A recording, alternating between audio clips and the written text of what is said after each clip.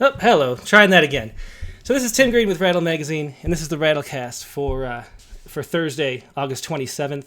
There are going to be a lot of technical difficulties because there's a lot of stuff juggling around here, and that was one of them. I always forget to unmute my mic and mute the wrong mic.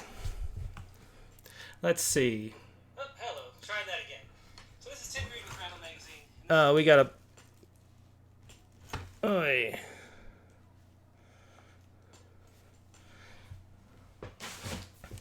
Well, we got a little bit of an issue here because I am hearing myself where I'm not supposed to. Where would I be hearing myself from? Hang on. Give me 1 second, everybody. This is the way it goes with these new shows. This should be on mute. Let me see. Because I can't talk while hearing myself, and I can't hear Richard without the headphones on. So just be patient. What do I have open that could play that?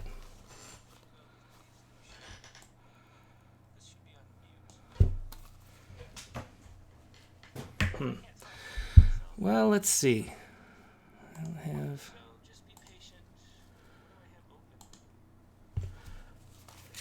Okay, I think I fixed the problem. I forgot to close out all of this stuff. Okay, so thanks so much. Sorry for the delay here.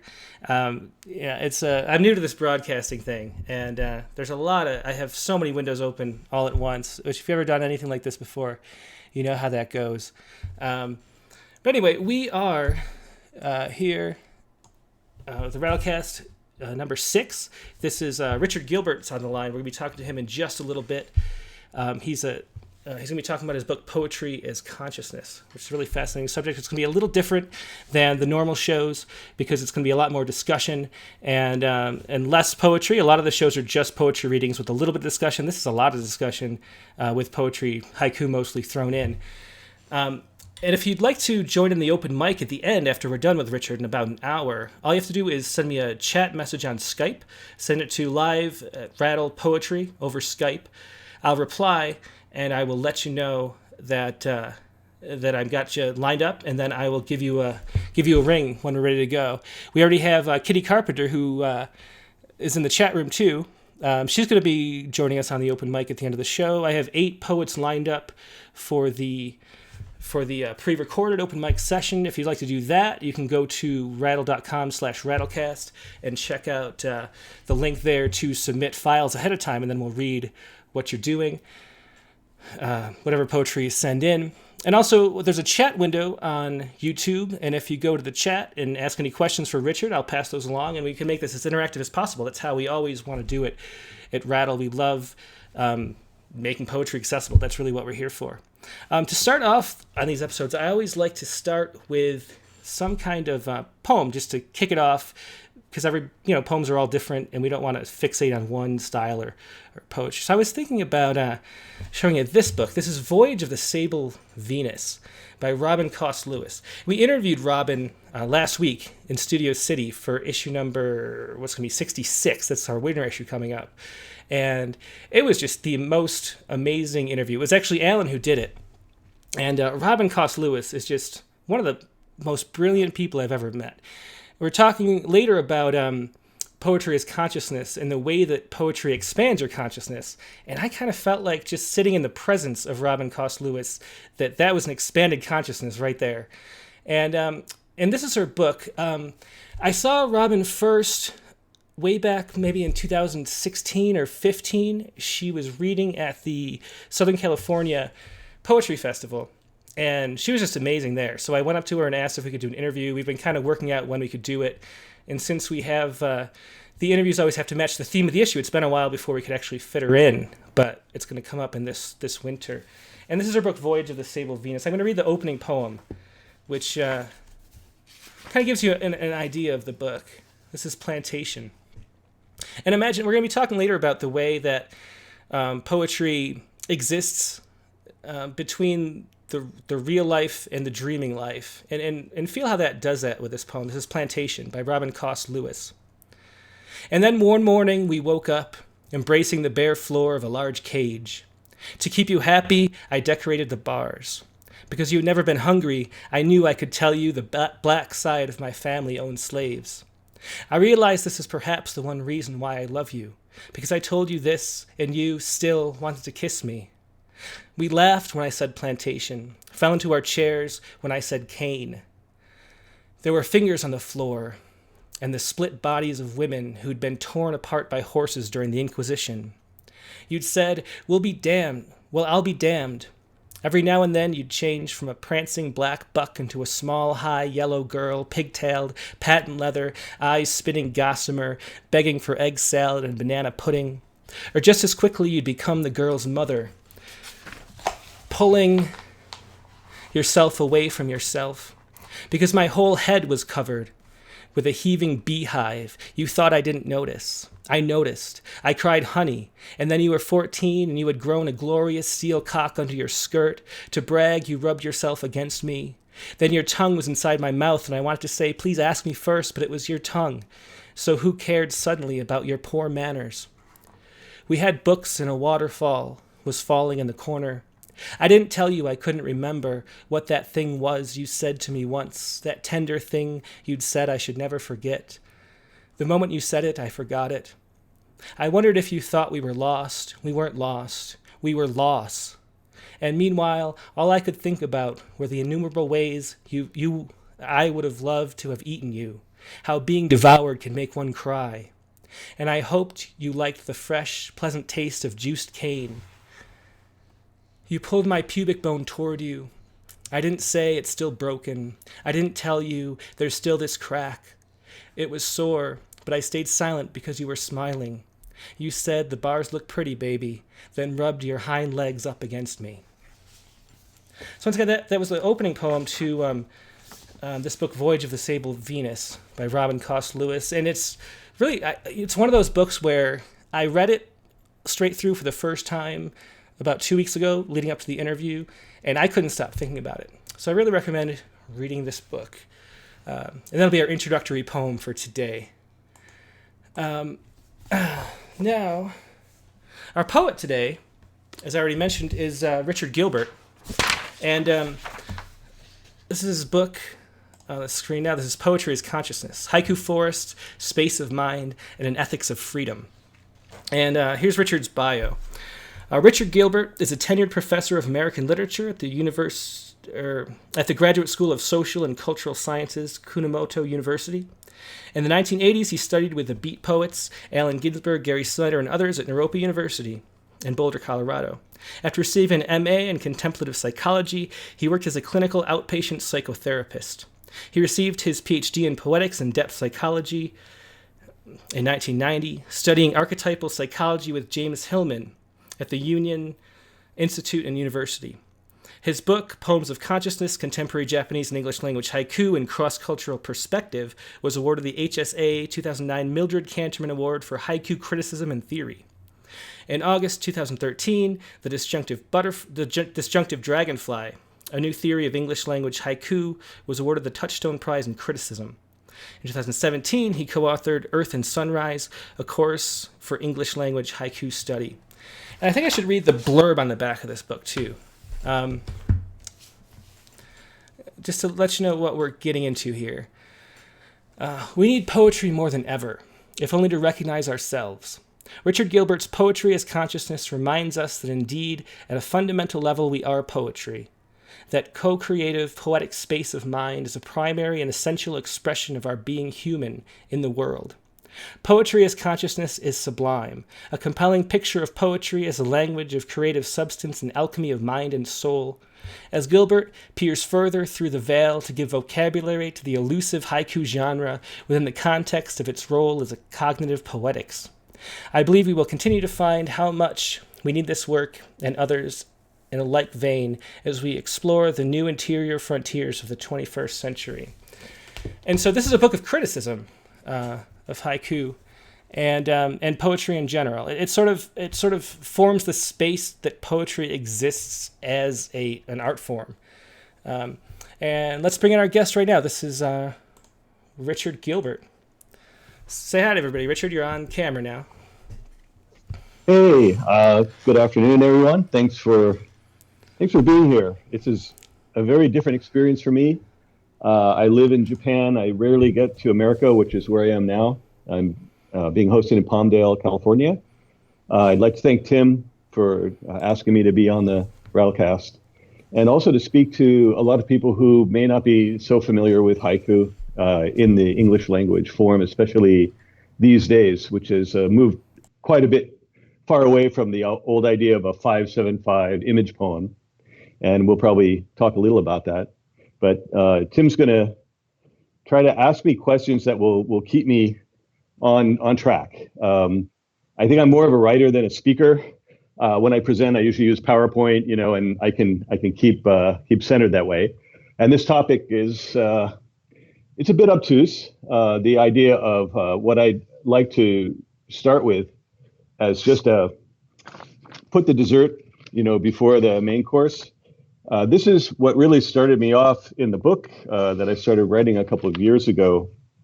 Tim mentioned Poetry as Consciousness, and it's this small poem, or really kind of epigram by Antonio Machado. It was published in 1983, and it goes like this. Between living and dreaming, there is a third thing. Guess it. Between living and dreaming, there is a third thing. Guess it. And it's this mystery or question, or even maybe goad, playful goad from Machado of what is this third thing between living and dreaming. And that set me off on probably something that was a feeling that was hard to describe, which is that haiku, in the way that they use language disjunctively, cutting through time and space very quickly in a very short amount of space and time, with very few words, they create this third space that Machado alludes to. At least I feel so. And I found that there were in depth psychology, in other poets' writings, there was also this idea of a third space, which I began to call haiku sanctuary. And Jung talked about this as temenos. But I'm going to stop there and see if Tim can ask you some questions and get me going. Well, I think to start, maybe we should just to give a frame for everybody. Let's talk a little bit about your background, because it's a really interesting life story you have. We interviewed you, by the way, in a rattle number 47, right, for everybody who doesn't know. So you can hear a whole lot about haiku. Really, everything I know about haiku myself, I learned from Richard in this one. I think it was like a 3-hour interview that we shrunk down. It was a really amazing sort of condensed learning experience. But for me personally, and hopefully for everybody who read that issue, which is, you should buy a copy soon, because it's it's about to sell out. So buy a copy soon. But anyway, so you started out as a beat, following the beats, and then you went into psychology, and somehow you ended up in haiku. So can you just explain that journey for you? And you ended up in Japan too. So how did that all work out? Yeah. It worked out pretty well in the end, until I, bite the bucket, or worse. I think like maybe many people who are listening, that there's some sense of wanting to write and writing poetry, possibly that happened very early on. I think I can remember writing poems about infinity and mathematics, like when I was in junior high. Just had these fantasies. I think it was in high school. I was kind of right at the end of the hippie era. I was too confused to really understand what was going on, but I really felt that I just wanted to keep writing, and became a bohemian person to do that, which is to have a lot of time and space and just to read and think, and working any odd job. And a friend told me about Naropa Institute, at that time an unaccredited school, and that I should go there. I didn't really know much about it, but I found out that Allen Ginsberg, Anne Waldman, Larry Fagan, Anselm Hollow were teaching there. And I was drawn there, and I was also drawn to the psychology program. And to make a long story short, I studied haiku under Patricia Donegan, who had been in the Peace Corps, and she'd been in Korea and Japan. And her idea of teaching haiku was to gather a number of translations of a single poem, and the different translators had translated that poem differently, and each translation had something unique about it, and altogether they seemed to indicate that in the original Japanese, the poem was much more multi-layered and had a lot more going on with it, and that piqued my interest.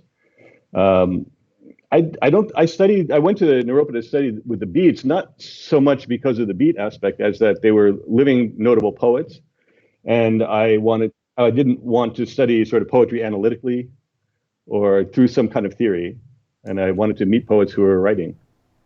And so that's the short story. Well, it's interesting that you didn't want to study poetry analytically, because you're the most analytical poet I know now. I mean, there's nobody that I'm familiar with who writes more critically about poetry. I can say one thing about that, which is I've published a lot of haiku. I haven't published a lot of longer poems, partly because I tend to put them in a drawer, and I'm not very ambitious about sending things out. And I like to learn new things, so I'm really input oriented. And as soon as something's done, I tend to go to the next. It's pretty easy to send out really short poems. I think that it's because I was only reading and thinking, and I didn't have any plan for like the first up until about age 42, and I had no plan to be an academic. And but I think all of that interest and sort of pondering and contemplating led me to think about things in a different way, you could say. Or when it came time to where I saw that I had an opportunity to have this new career in Japan, I was just going to go there for a year and study haiku. And I'd gotten a Ph.D., which was non-vocational. I wanted to write a book, so mixing or combining depth psychology and poetics. And you can't get a professorship with that, I think, not in America, but. Things happened for me in Japan. I met other professors. They encouraged me. And I actually found out that I was the only person really living in Japan. I was married in the first year I was there. My wife's Japanese, so I was able to stay and then get the visas and such to stay. But I was really shocked that no one was studying modern contemporary poetry in Japan. Everyone's interested in the classic sort of thing. So feudal Japan, Basho, and then even up to the early modern of Shiki, for instance. But what about the 20th century? What about post-war poetry? But especially, what about poets who were alive? So I got into this idea of interviewing, poets who are notable, and finding out more about their biography and their critical ideas, and translating their poems. And what I learned was that they had a lot to say. There's a lot of really incredible ideas. So I've incorporated. They really inspired me, and that's what I've been doing for over 22 years now. So that's a large part of my work. I've founded a translation team, and we publish books on Kaneko Tota. I should mention, if someone's interested in hearing some of these interviews or excerpts, on a website called GendaiHaiku.com, GENDAI haiku, one word. .com. So you'll find a bunch of interviews there with English and German subtitles. I'll put that link in the show notes after the stream's over. I've been to that website. I've listened to everything there. It's a great website, because there's really, which segues into what we should also set up too, is that haiku is just the most misunderstood form of poetry in North America. I think, and so it really is. I think people, just the average. There's this conception of the way it's taught in school, which is completely wrong and has nothing to do with actual haiku, the whole 5-7-5 thing, and there's this sort of haiku. Even among sort of regular poets, I think the conception of haiku is stuck in like the 19th century. It's almost like we don't think haiku had modernism. And it did. And so if you go to that Gendai Haiku website, you see the real power of modern, actual contemporary haiku. But do you want to talk a little bit about what haiku is, just for people who don't understand the genre itself? It's kind of a long story. And I think before I talk too much, I also would like to show some haiku. I think you're gonna, if you can get to the article that's on the journal Under the Basho, that's that online article. So anyone can download this article. It's a PDF, and my friend Hancha Teki organized it and made it into a PDF very beautifully. There's several haiku selections. On page 7, it starts with a presentation called Distance. I'll pull it up when I can. It might take a little while for me to find it, but I'll find it. Thanks. Yeah. I'm going to start just in terms of trying to answer your question with a couple caveats, but also kind of my stance on being a critic, or at least a commentator about haiku, which is that it really comes from appreciation. I'm really, excellent haiku do move me, and they stay with me. And I also found that when I looked at quite a number of them and gathered them together, cut them out on paper, put them on the floor, and started to arrange them, I saw like themes came out, or ideas came out, or techniques came out. And so my work is really coming from the poetry, and I like to always go to poems and as a kind of base, as a ground, and as a fruition. What I have to say about them is more an appreciation. I don't think it's a theory at all. It's not, I don't have a theory of haiku. I'm interested in inspiring poets to look into it, look into the genre, because it can add a lot of depth when using a very highly, with great brevity, with a very concise poem. So I know that you, in your last Rattlecast, you had talking about insta poetry, and you wrote an essay, which was, I think, I think you said, if I might paraphrase, that insta poetry is anti-poetry. Yeah, I think. Well, I just think it's completely different, because I think it's not trying to forge that ground of new creation, I guess you could say. It's repackaging things that have already been created, I guess is the simplest way to say it. And which doesn't mean, of course, that Instagram poets all do that, or they're not real poets. They do that in their real, they write books, and Pavana Reddy wrote a great book that has a lot of metaphor in it that's creative and new. Right. But what sells on Instagram is I would say the opposite of poetry is propaganda, actually. But Instagram poetry is just something different. And so anyway. Right. Yeah. Okay. So one thing there is, I think that I wish that there could be some kind of a rapprochement between haiku and whatever insta poets are out there, if we catch any of them. Because I think haiku do something that's really remarkable, where you can create a great depth and an experience of a lasting ambiguity that's very tantalizing and nuanced, that really shifts your consciousness into a very interesting space. And in that sense, it's really not superficial. I don't think a superficial haiku is not a haiku. It's just not interesting. So to write a haiku that's interesting means you have to have freshness, surprise.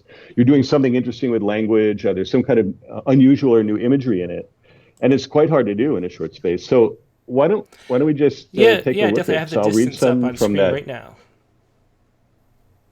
Okay, so what are we trying to say here? Okay, so I'll just read from this article the sort of intro paragraph to this small section, and I wrote this. It's a bit hard to explain where I'm getting the quotations from, but some are from James Hillman, he passed away a while ago, but he was started the School of Archetypal Psychology, and I studied with him in my doctoral work, and he had a big influence on me. He actually used this phrase, intelligence of the heart is expressed by means of images which are a third possibility between mind and world. So coming from this aspect of depth psychology, you find this almost the exact same kind of idea as Machado stated. And then I wrote, a poetic psychology of sanctuary may represent one way of formally regarding the hypotheticality that inheres within the conceptual architectures of excellent haiku as ways into visibility to experiencing this third thing. So I'm trying to somehow validate and make visible this feeling of this third world, you could say, or this third thing, or space, or architecture, however you design, through the poems. So in this first grouping, I called it Distance. And the first poem, I'll read them twice, I guess, it's easy. Two ballerinas in one skin, a newborn foal. Two ballerinas in one skin, a newborn foal. How dear materialize twilight. How dear materialize twilight. Night of small color, a part of the underworld becomes one heron. Night of small color, a part of the underworld becomes one heron. You whisper just your sometimes. You whisper just your sometimes. Pretty sure my red is your red. Pretty sure my red is your red. Her going in her coming, the rain before it falls. Her going in her coming, the rain before it falls. So I think this is small selection is a good example of one direction that haiku has gone in the last into the 21st century. These poems were published around 2008, 2009. So they're not too old. Tim, of these poems, which one kind of grabs your attention? For the first one, the metaphor is just so strong. Two ballerinas in one skin, a newborn foal, and that is such a perfect way to describe a newborn foal. If you like, I will. The thing is, after reading that haiku, I will never see a pic or video or an actual newborn foal again the same way. So that's one that always stands out. The other one that always does is which I think about all the time. Is pretty sure my red is your red, which I just love the metaphysics of that. I guess you could say. It's just such an important concept about the way human and life and psychology works. So those are the two that stand out for me the most. But do I just explain, just for people who don't understand the juxtaposition that is haiku? I have a sort of a whole, I don't know, personal cosmology I've been building about poetry and what it does through evolutionary biology and things like that. And I kind of feel like for a long time that the metaphor is like the fundamental unit of poetry, which is the fundamental unit of creation, because everything is a metaphor. And and this is something that's very much part of archetypal psychology. Archetypal psychology also has this sense. But I think just to stop you for a moment, or before you continue, is that we often, in literature, in literary criticism, or the definitions, metaphor means something very specific. Using as something else. But I think the kind of metaphor you're talking about is a little bit simile, different than that. That's simile, like or as. Simile is a kind of metaphor, but metaphor is the whole package, I think.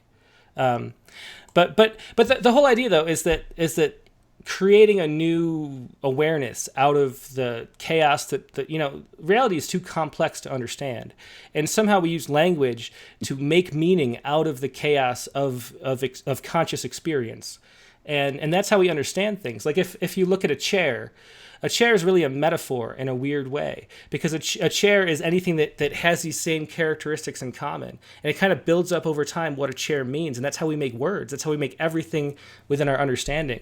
And so metaphor is the root of this kind of linguistic creation that we do, which is so central to our experience of reality. And there's a really interesting way that haiku is sort of because it uses that juxtaposition of comparing two things. It's sort of like every haiku is a metaphor almost, and it's a metaphor that pushes the boundaries of possibility as far as possible. At least the contemporary, old haiku too. Right. Traditional haiku does the same thing in different ways, but that's kind of what haiku does for me. It's sort of the most discrete unit of this consciousness that evolves out of poetry in a really strange way. Right. That's my opinion, and that's why I think your book is so fascinating, because that's what you talk about. Thank you.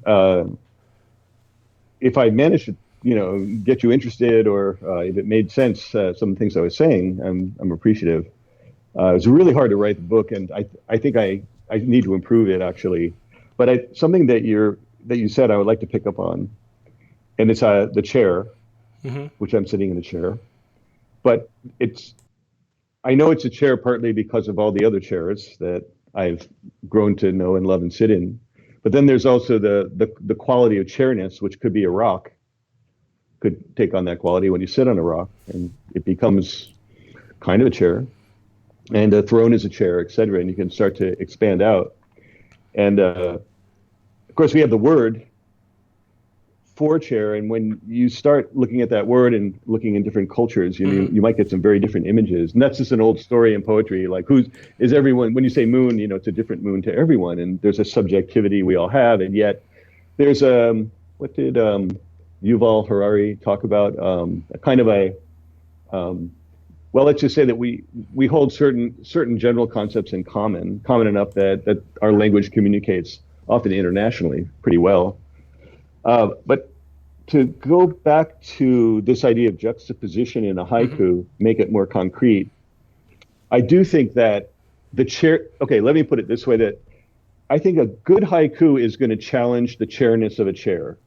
It's going to deform or erupt your habitual associations of language and image, but also of consciousness concept, let's call it, or of familiar or habitual ideas. Okay, so let's take an example. I think the first example that you had, that you read, that you liked, the two ballerinas in one skin, a newborn foal. So now, what I like to do in talking about haiku is I don't like to explain what they mean. I think that's up to the reader to determine. And I don't think any haiku or any decent haiku has one meaning. And that's probably something that you maybe can't say, or not one clear meaning. There is no one exactly clear meaning. I think that there's this ambiguity in that a haiku is meant to be fragmentary as to meaning, and the reader then completes her. So the coherence of the haiku is happening in the reader's consciousness, not just in the moment, but as you read and reread.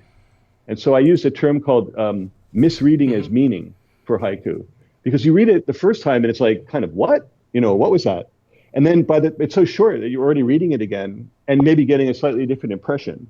And so it's just so short that, you've probably read it or at least circulated in your brain pan with the words and the ideas, a number of times.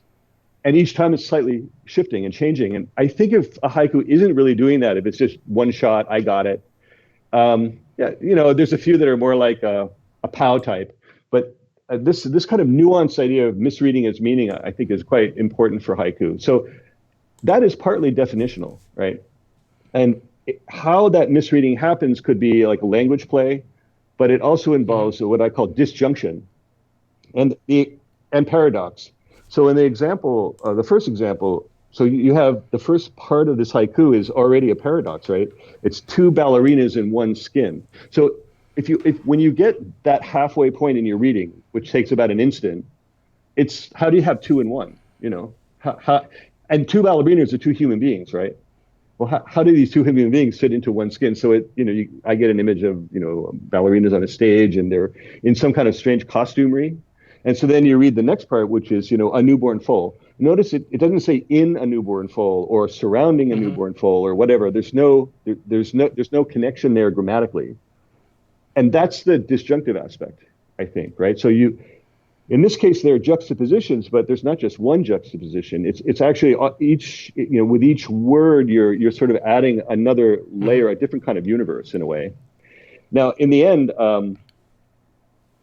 I feel like this is about a newborn foal, but I also feel that somehow this author knows an awful lot about ballerinas too, and that there was some beautiful dance going on that's hard to imagine.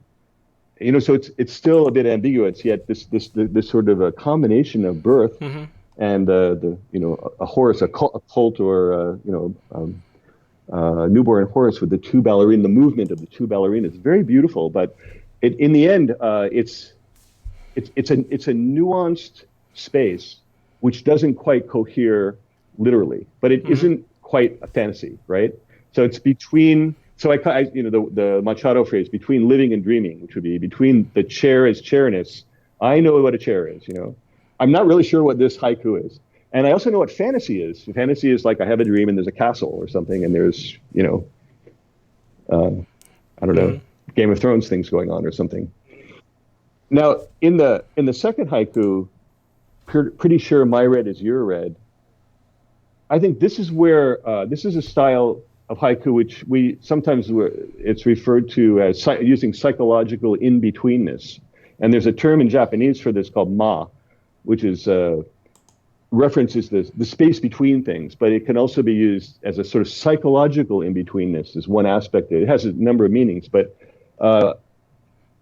because ma is a nice short word, it's somewhat of a loan word in haiku circles, but it's nice to be able to name something, to name a feeling or a technique that comes from the haiku. So pretty sure my red is your red seems just like a statement or a sentence, right?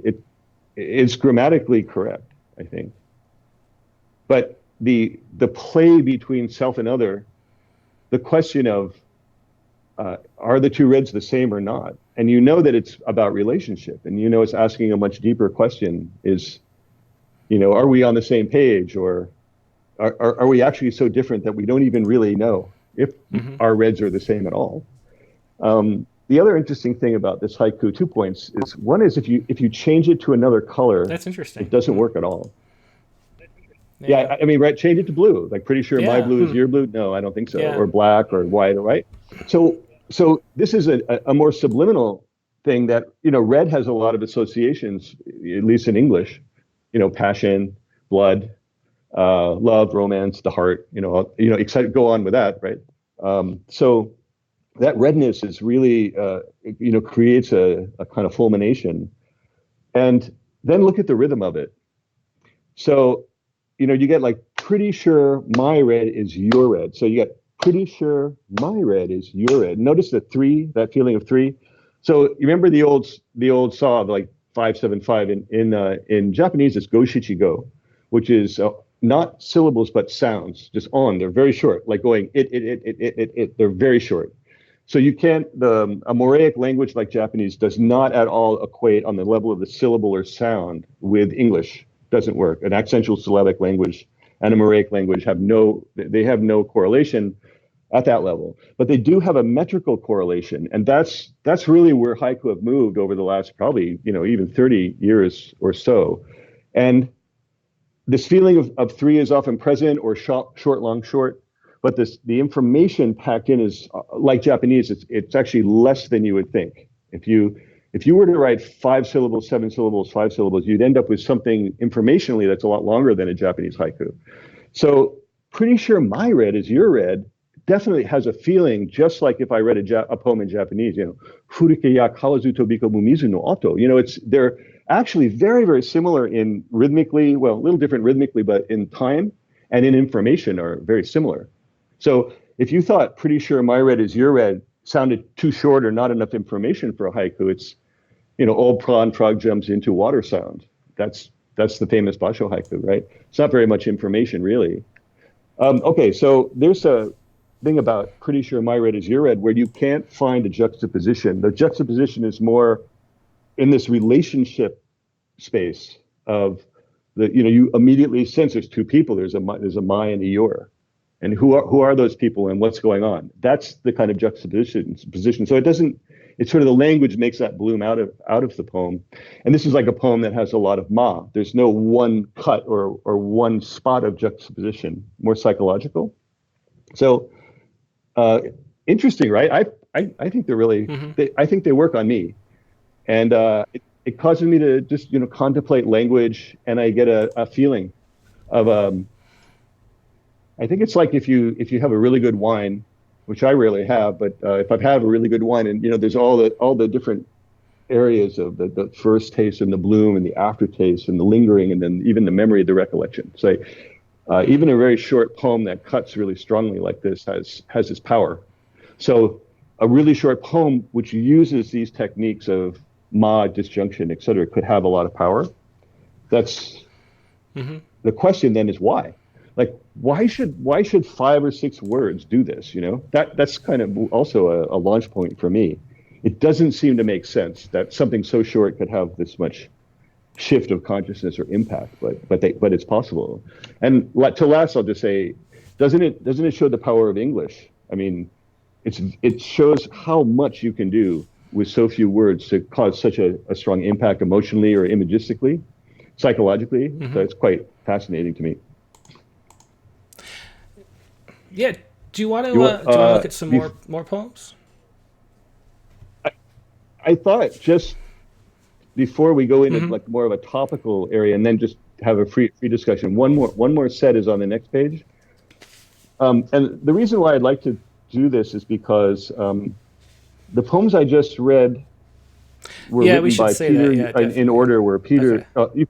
I'll do it. I'll do it. Peter Yovu, Scott Mason, Alan Summers, Brendan Slater, John Stevenson, and Jim Casian. Now this is online, and you can download the whole article with all this haiku, and all the references are there, citations. So, as long as we cite it in the, Hmm. in the Yeah, notes yeah. I of think the it's already talk in here, there, so people can no click right problem now if they anyway. want. And sure. And then in the next grouping, which is called Forms of Resistance, there are one, two, three, four. There's about 6 poems. Of the 6, 5, I think 4 are written by women, and they're also quite notable. I think some have won some awards. So I'd just like to look at a couple of those because they're Yeah, they're sure. Got different. them up right now. So the first one's by a dear friend of mine who I was luckily able to meet. Well, I'm visiting right now Los Angeles, and I gave a couple of presentations. And she wrote this haiku: "What's left of us, caves on Mars. What's left of us, caves on Mars." And I'd like to just jump to the one that's right underneath it. Nothing rhymes with it, Agent Orange. Nothing rhymes with it, Agent Orange. And the first haiku is by Deborah Koloji, and the second haiku is by Christina Nguyen. So I think you'll find so this is a very different kind of feeling from the first group. And what I wrote about Debbie's haiku was implying a possible future as a conditional mythopoetic space in which humanity might or might not have survived on our nearby exoplanet. What lies in that Martian cave might be dust or bones, in any case, markings of lost dreams and survival error.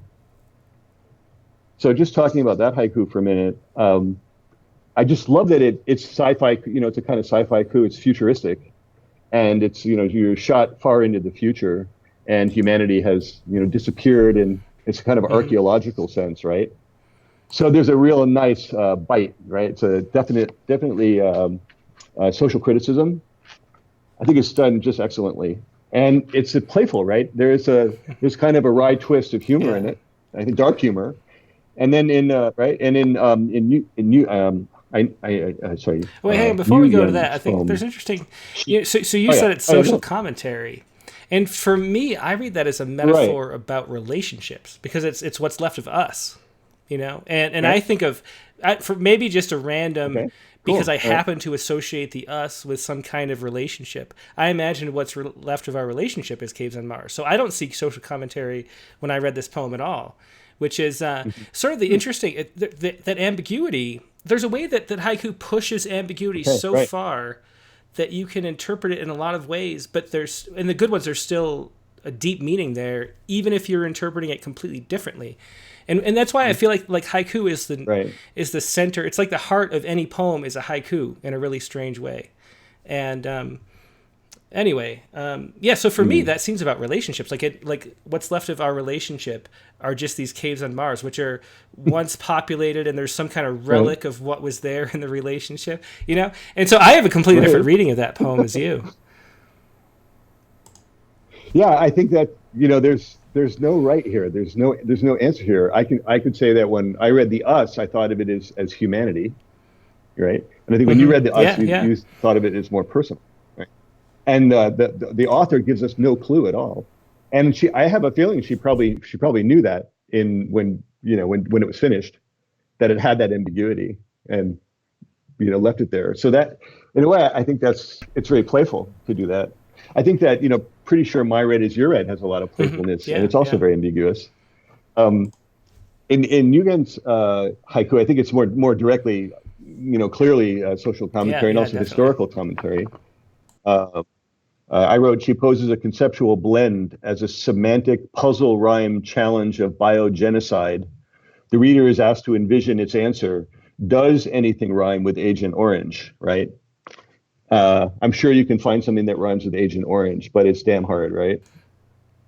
And what this means is, it's also implicating the reader in the horror of, the chemical that, has, just devastated, biogenocide, human, human Yeah. Yeah. disaster, human illness and death, and just, and then it brings up the issue of war, and in this case, it was used in the Vietnam War quite a bit, right?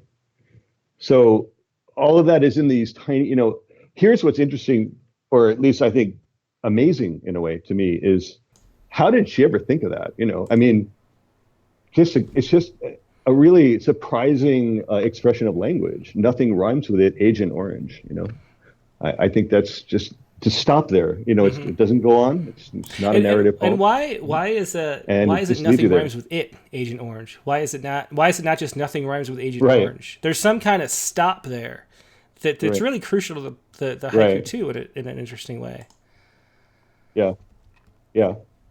It's like the word, every word is exact. You can't waste a word. It has to have a purpose, and that it just, what it is, right? The what it is of it there. Yeah. So it's referring to the subject that isn't completely clear, as it would do. And I mean, you could say more about it. There's a lot more to say about it or the or especially in haiku. I mean, I think the smallest particles determine, whether it's a determiner or an article which is determined or indeterminate in a haiku, that's something to really be discussed. People will discuss that in haiku, which is better to use, and that kind of thing. And it gets pretty philosophical. Okay, well, there's one more. Well, there's a couple more poems in this group, right? So that just maybe I'll stop after not reading all of them, but there's one by Faye Aoyagi, which is Cold Rain, My Application to Become a Crab. Cold Rain, My Application to Become a Crab. So that's one that that I don't really access. I'm not sure how to get into that poem. I've read it before when I read this essay, and I didn't really get anything from it. So I'm wondering what you get from it. Yeah. Right. Well, I think this one for me maybe has a more strongly metaphoric quality, or more directly metaphoric quality, because for me the application is a job application, right? And she's applying for a job, probably in a cubicle, or it's not, how many unpleasant jobs have any number of us had. And that cold rain is a seasonal word, so it has this sort of traditional haiku quality where there's a nature image, or a natural image, let's say, not nature, but natural image, cold rain, and that's the image of Hatu Shigure is like the first cold rain of winter. That's a Japanese season word, or in this case might be fall, but it's a shivery, uncomfortable, pretty nasty feeling. And she's submitting her, this is my image, she's submitting her application for this job to be, become a crab, which that's the metaphor, doing some data entry, some horrible thing, let's say. So it's darkly humorous that way. It's very ironic, and that's how I pick up on it. I should just say, people are talking in the chat. So Kim Tejo came up with door hinge that rhymes with orange, and there will be rhymes. No, they're going to be. You can find. That's what's good about it, is that you can find rhymes. You will find rhymes, right? But in a haiku, the statement is sort of existential in a way. Like nothing can rhyme with it. Why? Not because of the word Agent Orange, right?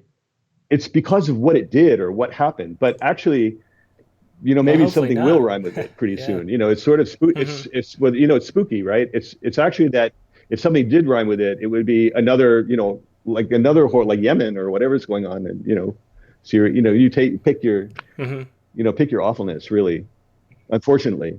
But by making that statement, nothing rhymes with it, she's taking a very strong stance in a certain way. You see what I mean? Definitely. So how is the space the third space? Like what do you think is actually going on when we do this? Like, why do we do this? I think we met over coffee yesterday. We were both talking about, like, why are we obsessed with this stuff that we're obsessed with that so few people are? I mean, even among the poetry community, I think somebody had a comment that was like, "This is boring. I thought it was a reading," and no.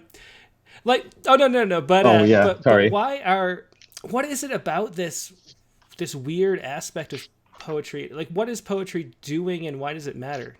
Like, can you speak to that a little bit? Because I don't know. I can answer that in just ahead. one sentence, Tim. Sure. It's 42, no. I think. What is poetry and why does it matter? I think, I'm not sure about you. I know for me, that's really been my struggle. Mm-hmm. I mean, that's a personal struggle. You know, I take it really personally. That's not an abstract question at all. I mean, if you feel called to write poems or even read them, I think, what is that? And why, where is it valued in society? You know, I think that I feel that the poet is often invisible. Although there are a lot of poets writing poetry, the aspect of the consciousness that's involved, why do it? Why enter into that space? I think that's not a value. It's just not even a thing, maybe you could say.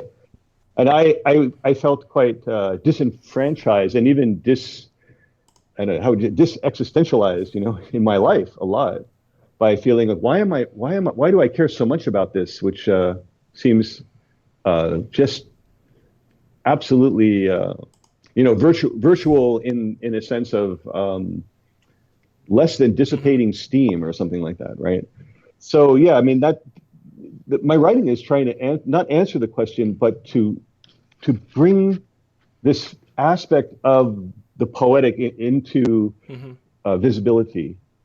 And I think that haiku are a good example for something that's there. If you get the sense of that haiku, if you slow your mind down enough, you know, you have to slow down, read something really short, take a little time with it, and then you know, query yourself, you know, what's going on, what's it doing to you? So if you're moved at all, I think then there's a conversation, but it's subjective, right? I mean, it's a lot of people go, well, those words don't mean anything to me. I don't see the point to it. And I can't really talk to those people. It's okay. It's like art. It's like, you know, some people, I mean, I struggle with opera maybe or something like that, you know, so that's okay. But to those people who are interested in what these short poems do, let's take in Heidegger actually wrote something about the holy, about holiness, and I think I can just read it quick. It's a very short quote, if you don't mind. So I can find it. Okay, so sort out that in my mess here. Okay, well, while I'm talking, I think that when we talk about like a feeling of the sacred or holiness or sanctity or even sanctuary, it tends to feel like those words are very religious. And if we use the word spiritual, a lot like haiku kind of came into English as being a Zen-like moment or something like that, which isn't how they're received in Japan. And so that, you know, there's some confusion about that. But I do think that we can say something that is, there is a relationship in Western philosophy. There was and continues to be an interest in what I think Heidegger called the primordial poeticizing. He wrote this. It's part of that article. In the early modern era, Hölderlin's passage, full of merit yet poetically, man dwells on this earth, inspired Heidegger's phenomenological idea, the primordial poeticizing of being as an aspect of the holy. Okay, so what I was writing about was that the idea of the holy began in much earlier eras as a religious idea, but it became secularized in various ways. And this is part of that step into the secular, but also it's quite beautiful. I think that from Hölderlin to Heidegger in this area of Heidegger, there's a lot of issues with him, of course, but what he said here is quite interesting. He said, it is only because language as such is the primordial poeticizing that poesy, which uses language as its medium, enjoys a primacy among other forms of art. Poetic images are imaginings in a distinctive sense, not mere fancies and illusions, but imaginings that are visible inclusions of the alien in sight of the familiar.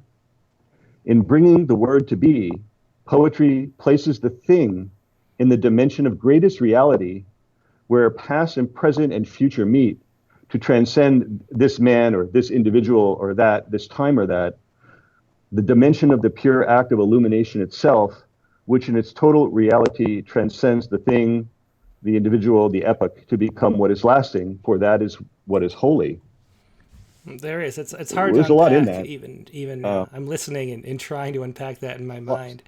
But it does feel holy to me in the way that creation itself is always holy. And I used this metaphor yesterday when we were talking, but I feel like what poetry does, and it was haiku that sort of made me see it in this way using this metaphor, but I feel like what poetry does is enhance the resolution of human experience. So as I said, that when you're born, there's only two pixels. There's mother and not mother, and then there's yum and yuck. And as you grow older, it becomes 4 pixels, and then 8 pixels, and then 16, and it becomes these nuanced emotions and feelings and thoughts and ideas that are all interconnected. And what haiku does is it sort of manages to take one pixel here and divide it up in a different way, or put it next to a different pixel in a way that enhances the resolution and makes it so there are more pixels in your view and your experience of life. And I don't think there's anything more holy than, as an atheist and a secular person, I don't think there's anything more holy than seeing life more clearly and with more resolution and understanding things in different ways. And so it becomes this, religion is always a movement between the self-consciousness to a universal consciousness. And there's a way that it reaches out into the unknown and puts two things together in a way that enhances the resolution. And I think that's what poetry does in general. And haiku really demonstrates that by doing it specifically with two items that are juxtaposed. So that's kind of what I feel like and why I resonated with your book so much. Thanks. I think as when we were talking that in that back and forth, I really enjoyed that image that you gave of this increasing resolution. Did you know, like, Wallace Stevens actually he actually stated something very simple, not exactly in the sort of evolutionary biology aspect that you did, but he talked about enlargement. He didn't talk about development. And he had this idea of enlargement, which, when you enlarge a photo, if it doesn't have enough resolution, you just sort of get pixels. But it seemed like he was really talking to that sense of an enlargement of life is also creating greater resolution. It's not blurring things out and causing them to blend and fade. And also, Czeslaw Milosz, if you read his Nobel lecture, he was very concerned that, and he stated that the role of the poet is partly to make sure that history doesn't fade and dim into a gray miasma. And he talked about kind of creating this the sharpness, the image, the emotion, the power of poetry to recollect, you could say, is one of the important aspects.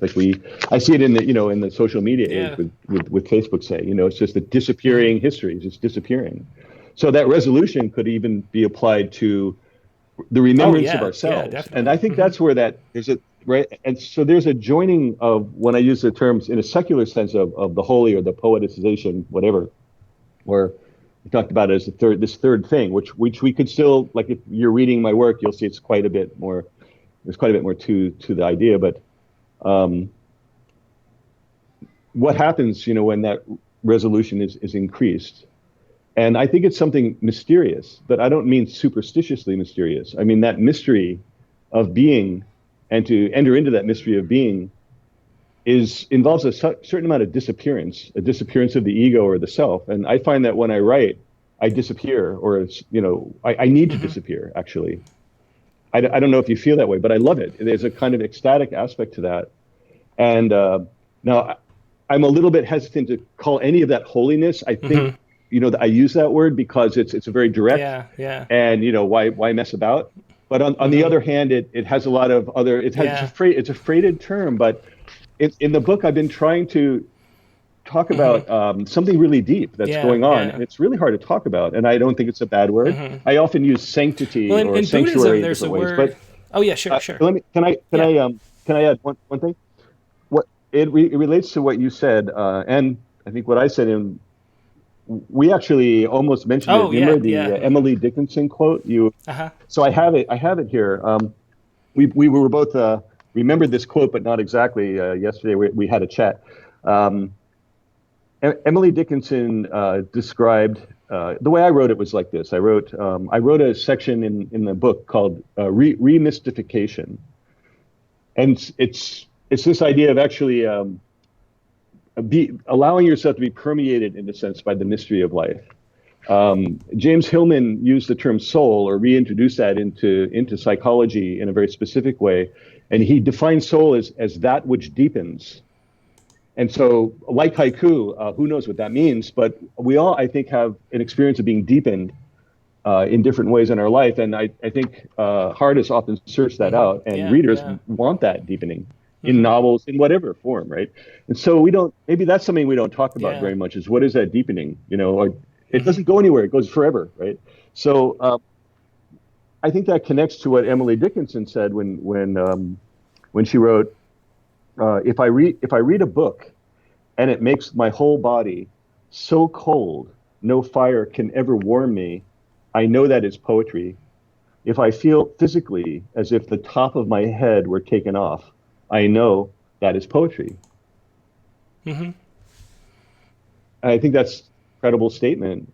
It's an embodied statement. It is, yeah. It's a physical thing in the cell. Right? I mean, maybe is she being metaphorical or absolute? I think maybe a little both. Yeah. I think, right? I mean, sometimes like you said that in your introductory poem that you read, just absolutely, the idea of the moment of inspiration is, it's an in-breath. It's a held in. It's like you're in the headlights moment, like a real inspiration of something beautiful or that strikes you, and.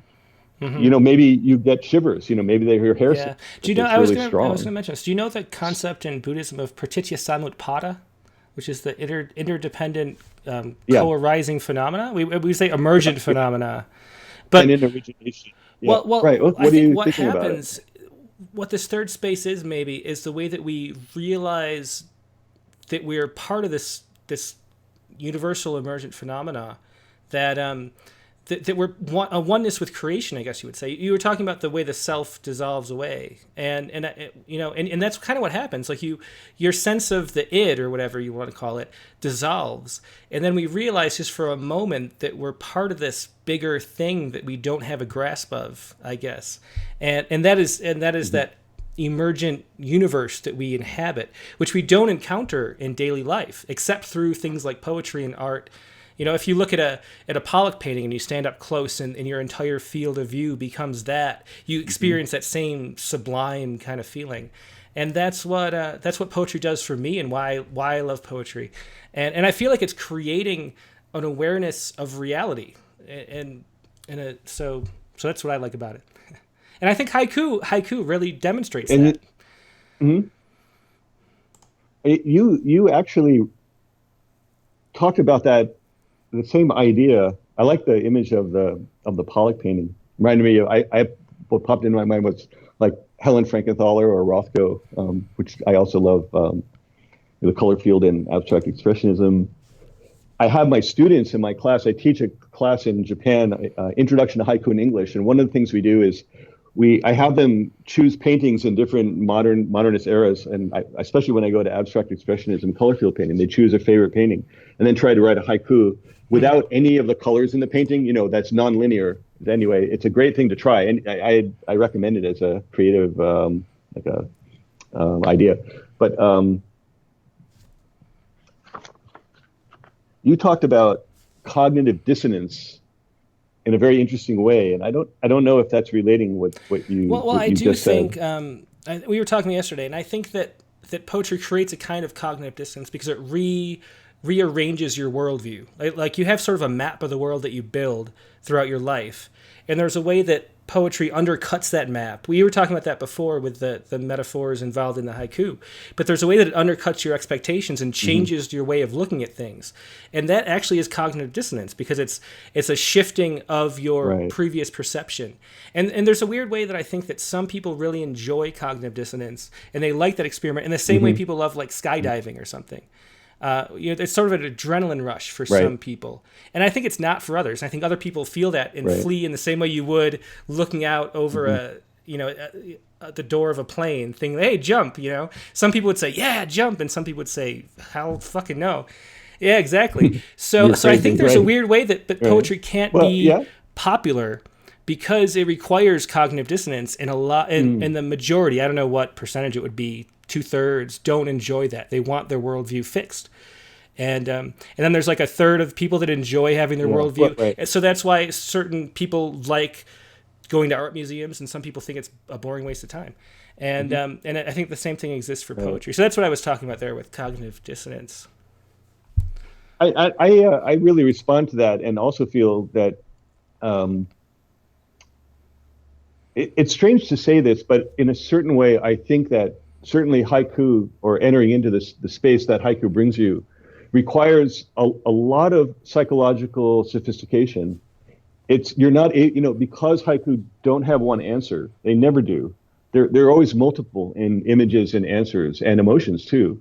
And why you would like to do that, or what's entertaining even about that, is that it kind of tickles you. It's sort of, there's that strange poetic funny bone almost. That it's luring you. It's kind of seductive, and it's opening and expanding your ideas and feelings. And I think further that it requires a kind of tolerance, and I would oppose that to intolerance. I mean, I think when you have really fixed views, and this is always that and not the other thing, that's definitely hardens your thinking. And this kind of poetry just it's a very interesting senses of interplay and nuance. So I know we don't have much time. You could maybe read some of your own poems, Dan, because you've read other people's poems and you haven't read any of your own haiku. I have some printed out. We should. People are kind of filtering in, waiting to hear themselves on the open mic, I think, because we just had a little spike of viewers. So we should kind of move on a little bit. But I'd love to hear some of your poems, because we haven't read any of yours. So. No, that's okay. I mean, I'm not. I didn't come on to, I know you to don't, read my own but work, still, really. I think everybody would like to hear a couple of yours. So let's find some. And okay. I don't have them right in front of me, so let me pop up something. What are you looking at? Something that you? I have the stuff that you sent me. Hey, how about? Would you mind? I'd like you to, if you could. Do you have the one that says 15 Gilbert haiku plus 2 visual? Yeah, I'll pull that up. It's a Word document. So you could start there, and I'll get it on screen for everybody. Okay. Well, I'd like to get to the visual coup, because I think they're interesting to actually see rather than just talk about. But I'll read probably, in a certain way, it's somewhat of a signature haiku of mine, because it's ended up in the Haiku is English Norton book and that kind of thing. And it goes very simply like this. As an and you alone in the sea. As an and you alone in the sea.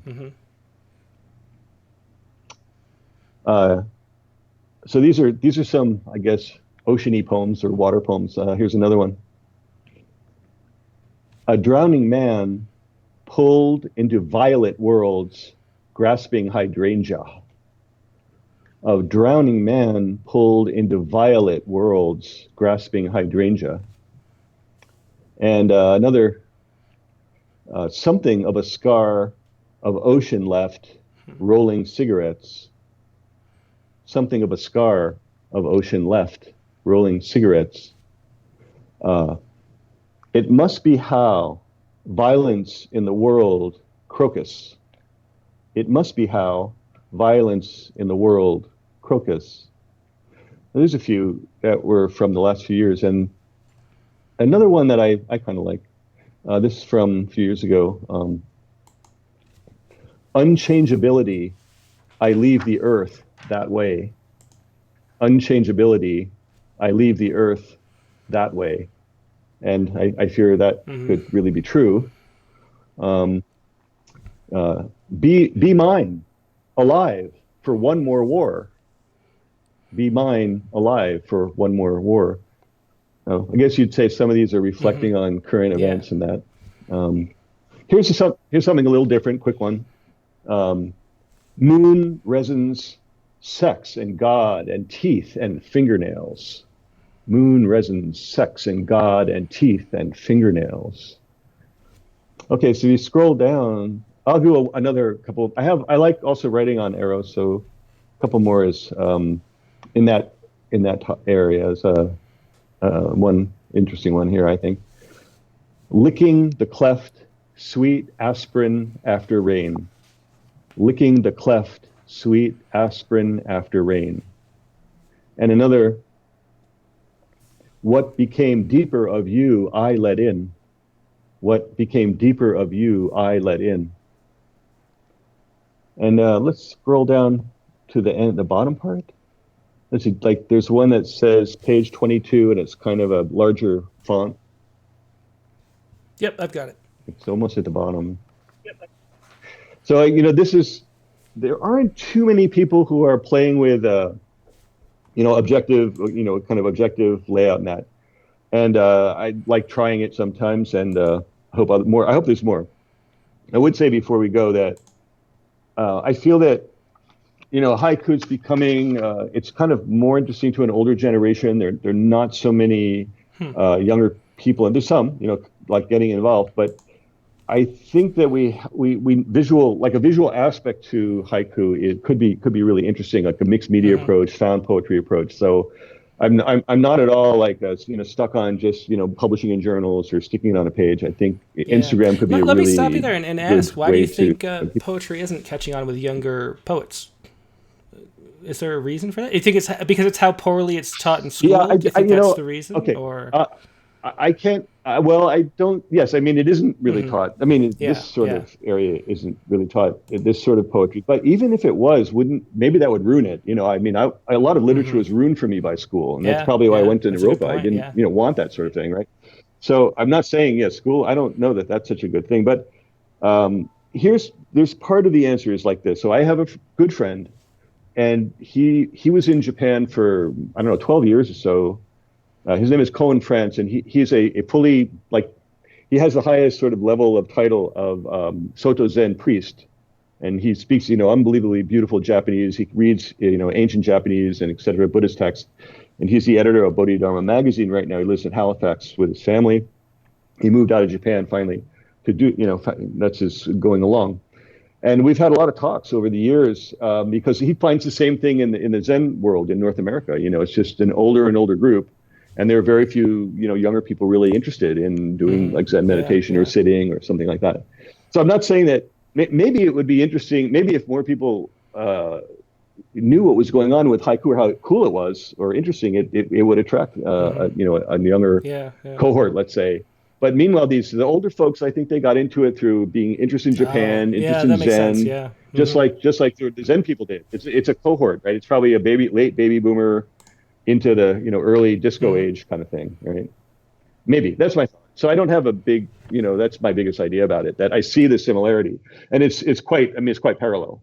The age, if you do this is our anecdotal demographic study of two people.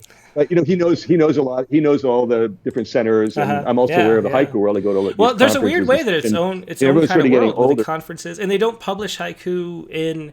I became friends with a bunch of people after we did our haiku issue on Facebook, and the poems that are presented as haiku in say Poetry Magazine, there was a lot of hard feelings about that because they weren't really haiku. And so there's this weird, it's really off to the side. And almost in the same way Instagram poetry, you might say, or slam poetry is from the journal academic type environment.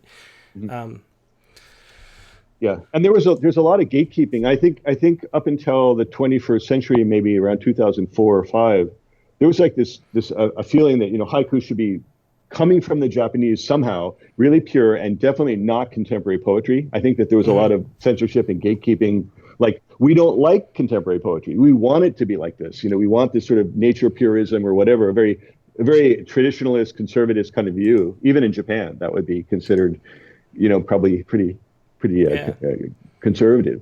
But if we could, I'll read these last two kind of more visual coup or visual, yeah. or Let's at read least those to layout finish coup, it out in this way. And then if we could end with the in the PowerPoint presentation, there's one slide which is from FemkuMag, and it would be slide number 9, 10, 11, 12. I think it'd be slide 13. And I'll just look. These are fun to look at while you read them, right? So that's why I thought they'd be fun. So this one is starts with the egg. It's the egg one. So eggshell partition brought to light a body dreams. Eggshell partition brought to light a body dreams. And what I'd just say about it is, if you just squeeze all the words together and stick them into 3 lines, it doesn't really work. It's something when you look at it and how it breaks up your mind and stuff. So the last one is, I'll give one comment before I read it, which is I read this. I'm in a Japanese kukai, which is haiku gathering party. That's a traditional Japanese, haiku groups do this. And a good friend of mine, he's now in his mid-80s, Hoshinaga Fumio. He's on the Gendai Haiku website with an interview. I brought up this haiku and I read it to him, and he said to me, "I wish I'd written that," which was like the greatest honor, for me, because he's really phenomenal poet. So, I'm curious to see how you read it. I saw this and I thought, how the hell do you read this? Okay, let's see. Okay, I read it. I, I, I, I, I, I, I, I, I, I,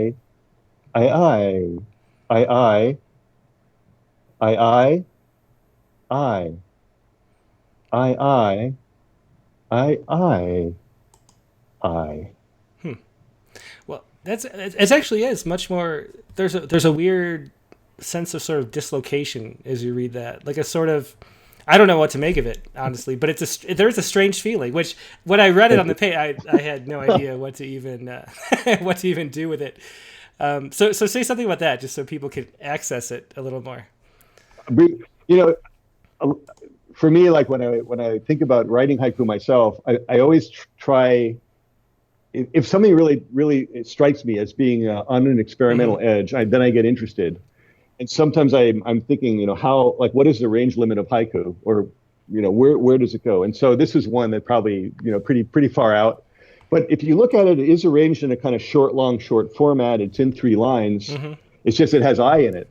But if you actually read it rhythmically, you can create a feeling of the poem the way you say. So it's a performance poem. But the other idea of it is that there is an image behind it. It's personal image, but. I used to go into New York City a lot, and when you see people on the street, on the sidewalks, people are walking in small groups, or 1 or 2 or 1 or 3, and there's sort of an image behind it of each I as a person, and they're sort of grouped together and apart and such like that. So that's why there's 1s and 2s and 3. So there is that kind of feeling in it, but it's this really kind of it is, if you say it's nonsense, I'm okay with that. It's just playful, and I think. Did you notice that haiku are, come from, and historically they come from the haikai or haikai no renga tradition, which was there's a haikai humor is considered to be part of haiku, and they do have this language play is humorous, and I don't think there's too many uber serious, haiku. It's really not a frumpy idea, haiku. So that kind of plays with that to a limit, maybe. Yeah, once again, I'd like to direct everybody who's curious about that to read the interview we did in issue number 47. I think the whole thing is online, so you can learn about this stuff, because it's really fascinating. Just, I don't know, the whole history of haiku is a fascinating subject, which we really didn't get a chance to touch on in this conversation. Right. Okay, yeah, we didn't. It's impossible to do. So do you want to finish up with these last 3 haiku, and then we'll go to the open mic? That's great. Let's finish up, and in this grouping, This is actually from the presentation I've been giving around the country through the month of August. I'm returning to Japan in a few days. So I'm hoping to get this online, actually make the presentation a video recording with a picture-in-picture and that sort of thing. So I'll try to tell Tim or send a message to Tim. Maybe he'll post that when it comes up. So I was at the Haiku North America 2019 conference, which was in Winston-Salem between around August 6th and 11th. So just a few weeks ago. And there was a presentation on Me Too Haiku and Femku Haiku. And Femku, hashtag Femku is a hashtag on Twitter. This is Tia Haynes and Lori Miner. Lori Miner particularly is doing this magazine, which you can find online. Well, go to Facebook and type in Femku Mag and you'd find it, I think, or hashtag Femku Mag. So these are three haiku that I picked out of some of the latest issues. They did a great presentation, and this is definitely a younger cohort. And if anyone's interested, particularly it's women writing for women, and they're spelling women or WOMXN or there. So it's really worth checking out, I think, as something new. So the first haiku here, night heat, the inner chamber of an iris. Night heat, the inner chamber of an iris. Climate change, the politics of nether regions. Climate change, the politics of nether regions. And the last, domestic abuse, taking the hit like a girl. Domestic abuse, taking the hit like a girl. And that's by the first Hannah Mahoney, and the second Robin Anna Smith, and the third Tia Haynes. And to end, could you jump to slide 16? Okay, I'll just stop at this point because I'd like to introduce for everyone to finish off that we actually have created an online interactive forum for haiku, just started August 1. It's called Haiku Sanctuary, haikusanctuary.com. And I just invite anyone interested in haiku, register. Once you register, you can see the whole site. It's not, a lot of the workshops and galleries of stuff are not open to the public. So once you register, you can introduce yourself if you want, or just lurk, hang out. And we're trying to create an international haiku community, and there's a lot of good people on it right now. So we haven't had any troubles. It's meant to be a sanctuary for exploring some of the things we've been talking about, and also playing with writing. Well, thanks so much, Richard. I think I don't know about everybody who's watching, but I really enjoyed that. So hopefully everybody else did too. I think I'm learning that if we're talking about topics, I think it's going to go a lot slower than if we're just reading poems from books. So hopefully everybody doesn't mind the longer format this week. But I had a lot of fun in this conversation and preaching a haiku. And it's really the fundamental essence of poetry, which is right here in haiku. So if you love poetry, you really probably should love this, or I'd be surprised if you don't. So hopefully that's true for everybody. Thanks a lot. And Tim, I'd just like to say thank you for supporting this genre, because you're one of the only people in the wider poetic world, contemporary poetry, who's really been publishing this and looking into it and finding something. So I really apprite your work. It's really honest. That's not flattery. It's really pleasure. true. I mean, it's real. And thanks for asking me to do this. It's a genre of its own, but I really think it's fundamental to what we do and what we love. So we'll always continue to do that for sure. Great. Well, thanks so much. And I'll talk to you soon, Richard. Right. Thanks a lot. All right. And anyone have questions also, if you join the forum, there's plenty of places to ask them. You can continue with conversation and whatever. That's one of the things maybe we should say, that the haiku community is such a community. And that's so central to what haiku is. And I think it's what draws a lot of people to it, is that sense of community, and that the conferences and the online interaction that everybody has. It's a real positive. It's one of the. Yeah. It's the same kind of way with formalists, like at the Able Muse. There's these little subgenres that are just so supportive and in wonderful places, and I think haiku is a wonderful place to be. So, yeah, absolutely. I mean, it doesn't make any sense that the smallest form of poetry, the smallest genre, would have such wide communities. And all over the world too. We have in our current issue that just came out, we have a South African haiku poet that has eight haikus. So check that out when the issue gets to you. It's a global sort of strange niche phenomenon or subgenre. Right now, Yeah, right now, India, there's Kala Ramesh and Shloka Hmm. Shankar in India are just blowing things up with there's all kinds of work. There's in Ghana, there's a lot of there's haiku groups It forming. is, Yeah, I yeah, mean it's yeah, really yeah. interesting if you get into the international, and they're using often a translation or a Hmm. medium of English in Yeah, the internet yeah. on the internet, right, for communication. So that's why the forum is there. We do have members from quite a number of countries there. It's Hmm. not North Yeah, America yeah. focused at all. Yeah, Yeah, well, thanks again. yeah. Thanks again, Richard. It's great to All talk right, to you, and I hope you have a great rest of the trip and a safe trip back to Japan. all right, Okay, all yeah, right. see you later. Thanks a lot, Tim. Thanks, everyone. Okay, bye. So that was Richard Gilbert talking about his book of poetry. Let me pop it up on screen if I can find it again. And once again, his book was Poetry as Consciousness. And if you go to the show notes, you can find a link to order it directly from him if you're interested in learning a lot more. I mean, it's hard to imagine because this is kind of a long interview, but we barely touched the surface of what's going on in this book. So you might want to pick up a copy if you found this interesting, although it's pretty expensive because he has to ship it all the way from Japan. He's working on some kind of American distribution. When that happens, we'll make sure you get the link. So now let's go on to the open mic segment of the night.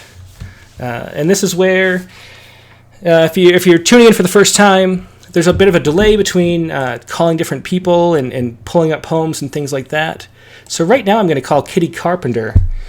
And there's a delay too, so if I'm calling you, make sure you turn off your YouTube stream, or at least turn the volume down all the way, so that you...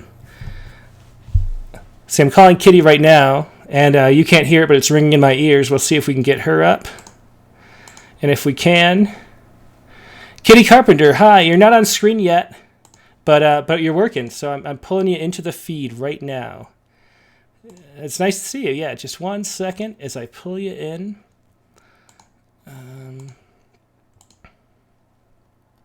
Yeah, turn off your YouTube. Just shut that window and only have Skype on for right now. Because otherwise it gets very confusing because there's a huge delay. But we have you on screen. Hello, Kitty Carpenter. Thanks so much for calling in. The live Skype is my favorite part of the show, probably.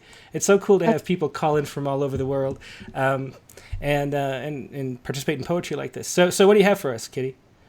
Sorry, I can't see anything on my screen right now. Yeah. I should mention for everybody, I'm using my video camera for the feed out, so you're not gonna be able to see me. You can only hear me, but everybody can see you and hear you. So go ahead. Do you have a poem for us tonight? Okay, yeah, I do. So this is actually kind of a new form, I guess you want to call it, a new genre, possibly. It was invented by a wonderful man named Robert Vivian while he was he was teaching in Turkey, and it's called a dervish essay. So I guess the best way to explain a dervish essay would be if you take a lyric essay, a slam poem, and a prayer, and you smash them together, you have the dervish essay. So it's his are much better than mine. This was kind of like my first attempt at one. He has entire books of them. His first one was this one. I don't know if you can see it at all. Can you guys see that? See it, yeah. Okay, so that one's like Mystery My Country is his first one. And then he has Immortal Soft Spoken, which is kind of this cute little book here of them. So, but anyway, so they're kind of, it's hard to explain. So I'll just go ahead and do it. And I apologize ahead of time if I have a little trouble getting through this. They tend to be a little bit emotional pieces. So I haven't gotten all the way through this piece yet without catching. So this is called Everywhere Divine.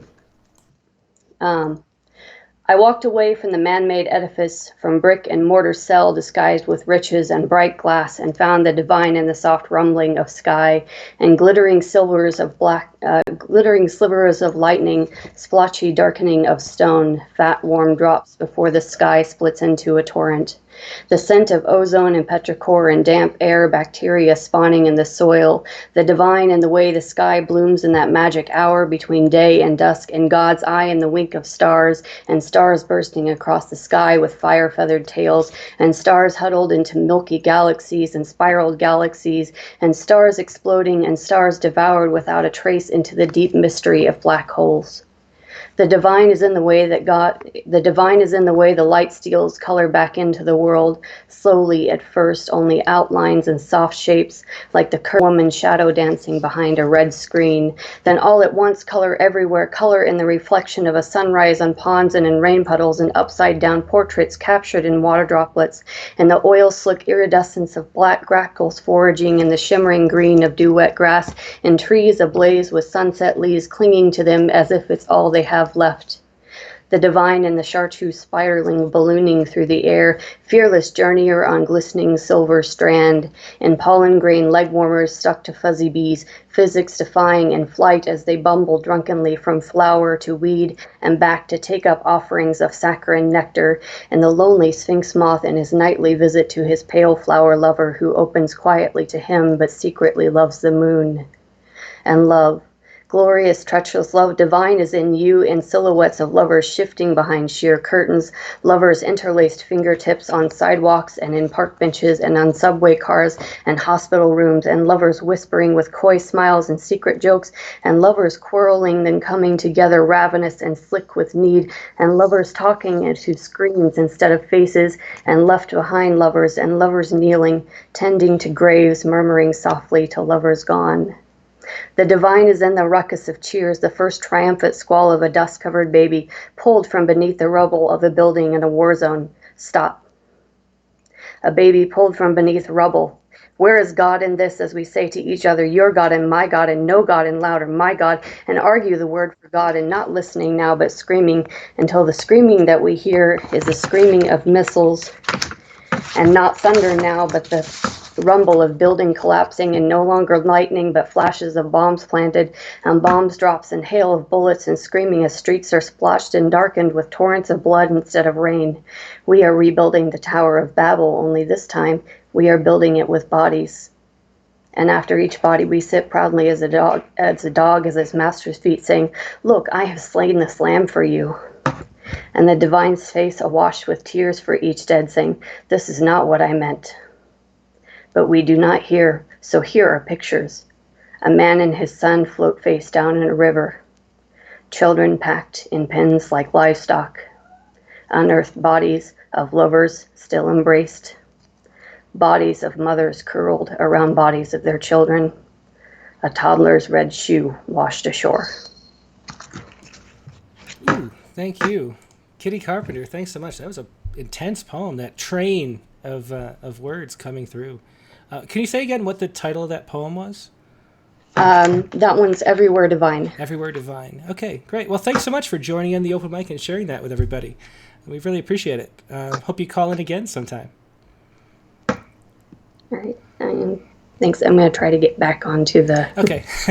Yeah, I'll hang up with you, and I'll start doing the pre-recorded open mics. But if anybody has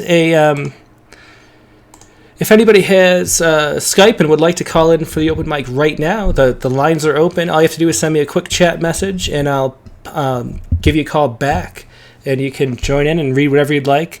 The great part about I just love open mics is you never know what you're going to get. It's always a lot of fun. So now we have one of the pre-recorded open mics. And if you want to pre-record an open mic, I should say, just go to rattle.com/rattlecast, and you can submit both an MP3 and the text of the poem so I can put it on screen through Submittable. And as long as the sound quality is good and it's the right length and things like that, we'll play it. So this is a poem by Chris Beaver.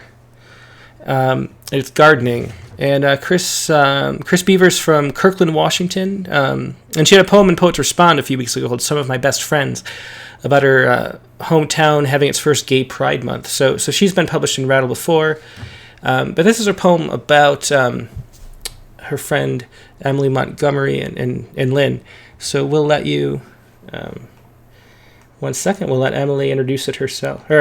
Chris introduce it herself. My name is Chris Beaver, and I'm going to read Gardening, a poem I wrote to honor two friends, Lynn and her daughter Emily. Emily died in 2012. Emily has a poem that's appeared in Rattle magazine, and this poem, Gardening, appeared in the Fox Poetry Box. Gardening, for Len Ingelson Montgomery, in memory of Emily Thomas Montgomery, 1978 to 2012. For a while after death, the world has room for the one we loved. It is a time taken for granted like returning seasons, until days unfurl without mention of her name or the many ways she brought life into full bloom. It is natural for some memories of each living thing to wilt when soil is plowed under or dissipate into the indifferent weather of moving on. But you diligently till heartbreak, unearth hope, nurturing stories of your exquisite daughter for her children to behold and transplant when they are grown. Once again, that was Chris Beaver reading Garden for Lynn and Emily Montgomery. And I thought maybe I should read Emily's poem in Rattle. She was published in our Love Poems issue, which is sort of doubly heartbreaking.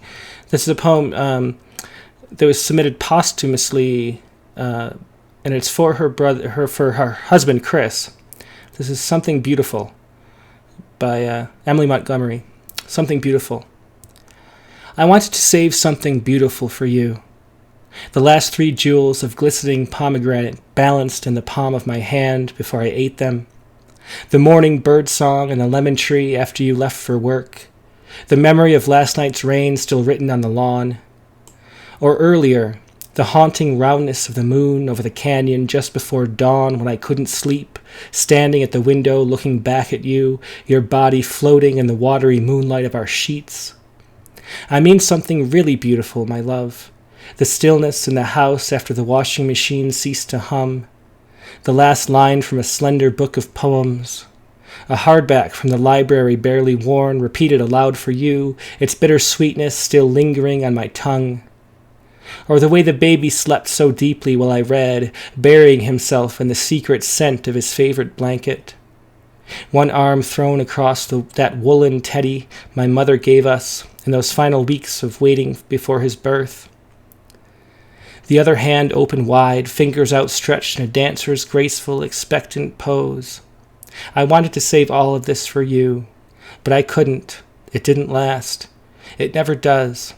That brief moment of grace when the ordinary shines so exquisitely, at the end of the day you will return to us as you always do, and we will both be tired, empty, distracted, spent, everything more chaotic, more fragile than when you left. And that was Something Beautiful by Emily Montgomery for her husband Chris before she died. Just one of the most heartbreaking poems we've ever published, honestly. It's hard to get through it almost, but beautiful too, and such a great reminder of what matters in life. Okay, let's move on to the next poem. This is Jonathan Humble, and he's going to read Schrodinger's Mouse for us. Let me find Jonathan's little note. He said he's a deputy head teacher in Cumbria, which is the UK somewhere, I think.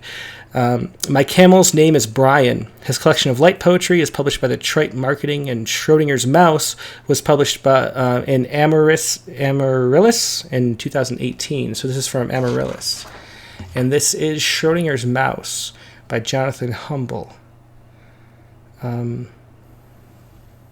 Well, I'm not seeing it. Let's see. Let's go to the next poem. Well, let me see. 1 second. I think I didn't save the audio. So we'll do this poem next week. Sorry, Jonathan. We'll do that next week. This is J. Allen Nelson, and this is The Family I Never Had. And J. Allen Nelson from Waco, Texas is a writer, poet, and actor with photos, essays, and stories. Screenplays and poetry published or forthcoming in several journals. He also played the lead in Gay Cake, the verbose silent ale, in the Emmy Award-winning SXS Westworld, and the creepy Reverend Bob Jones in the feature Sister Amy. So look for him on IMDb. This is John Allen Nelson.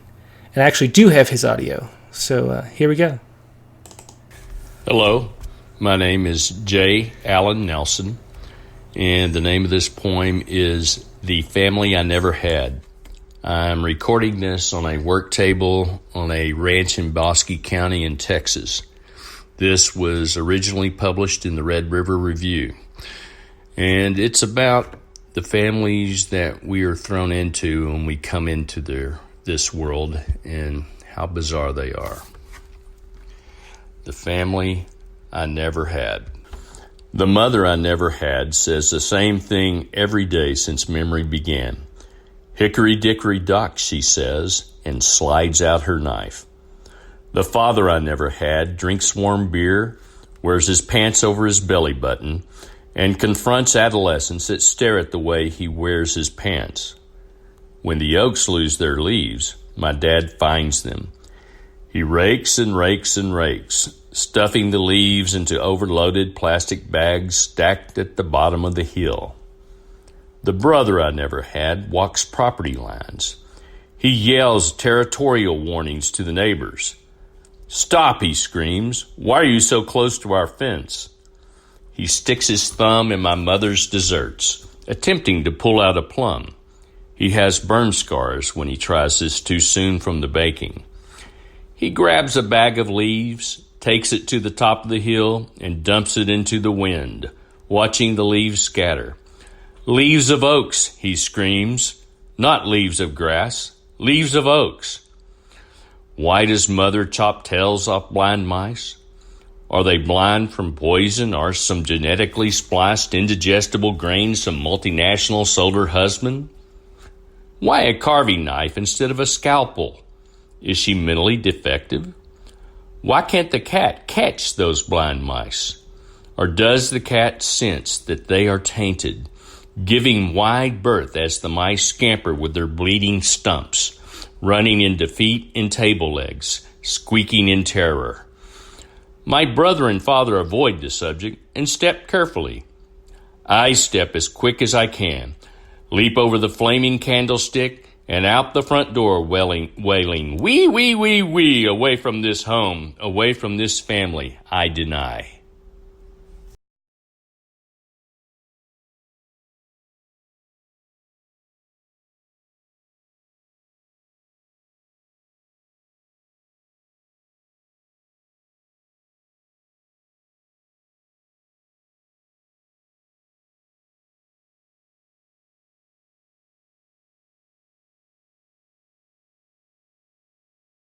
Hang on. There we go. So that was J. Allen Nelson reading The Family I Never Had. And I was just saying, if you pre-record these, do what J. Allen Nelson did, and let us know where you are, and give us a sense of sort of that you're actually there, because we really want to feel like we're connected, and that's what these are for. They're sort of time-delayed connections, because not everybody can be up or be. Some people have to work at this time, or some people are already in bed. So we want to give everybody a chance to participate, and that's one way to do it. So just introduce it. Introduce yourself. Introduce the poem, and that'll be the way to go. Okay. So next up, we have. Oh, this is an interesting one. This is Samantha Tisdale Wright, and this is her poem "Assault on the Senses." And this is going to be different. We try new things. This is not actually read by Samantha. You'll see in 1 second. Here we go.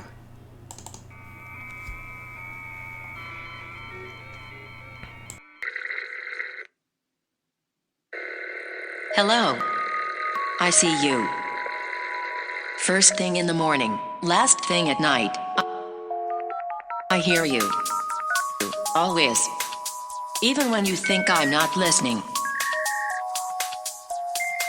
I smell you.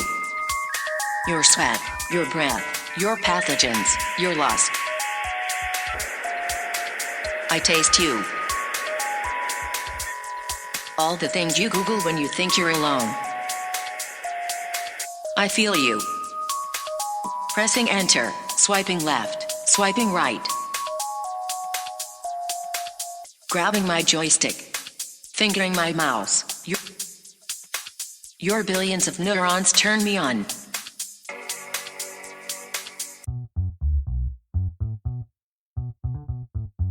I know you. Your passwords. Your purchase patterns. Your thumbprint. Your iris. The algorithm of your beating heart. I help you. I view you. I influence you. I drive you. I guide you to your destination when you are lost. I like you. I link you. I rate you. I friend you.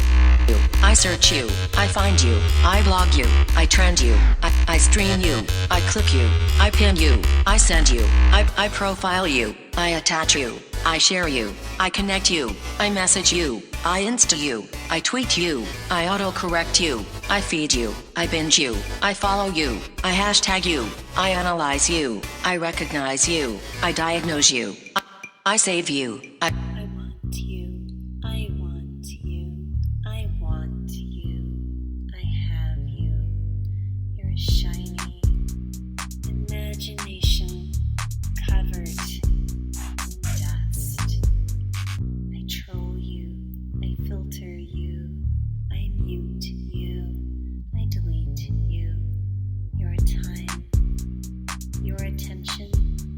Your ability to focus. I encrypt you. I predict you. I numb you.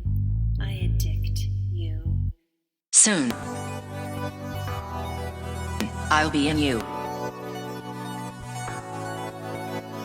Tiny nanobots in your dreams and blood.